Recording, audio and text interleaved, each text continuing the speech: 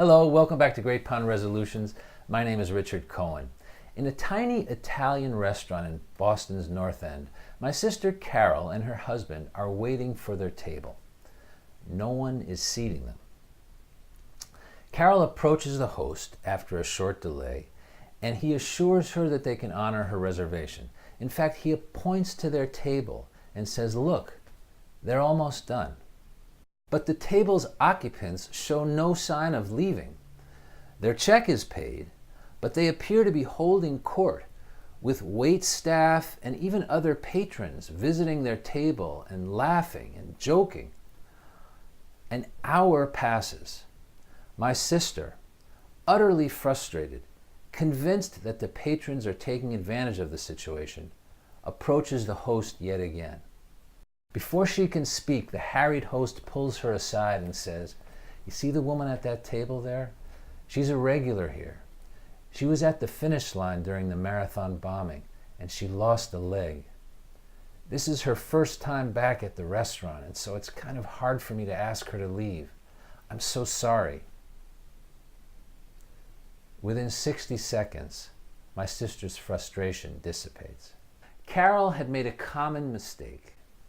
Because she was hurt or in some way inconvenienced by someone's actions, she assumed they intended to hurt her. She conflated impact, the effect of the bombing survivor's actions upon her, with intent, her motivation for acting as she did. We all do this. We ask and then reflexively answer the question, "Why did you hurt me?" with, "Because you wanted to." Our colleague doesn't ask us to be on his project team, and we assume he's blocking our career advancement. Our client begins to work with a competitor, and we assume they're disappointed in our work and sending us a message. Our boss appears to be watching us carefully, and we assume she doesn't have confidence in our work. We can map intent and impact like this.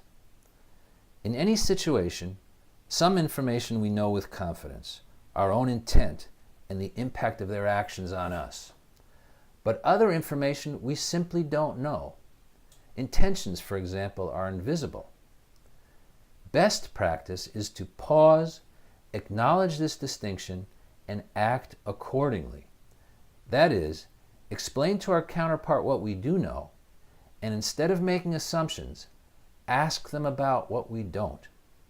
We can't change what's already happened, of course, but knowing others' motivation truly makes a difference.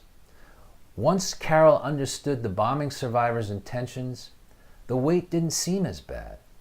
The impact changed. Separating intent from impact enables us to skillfully advocate for what we want.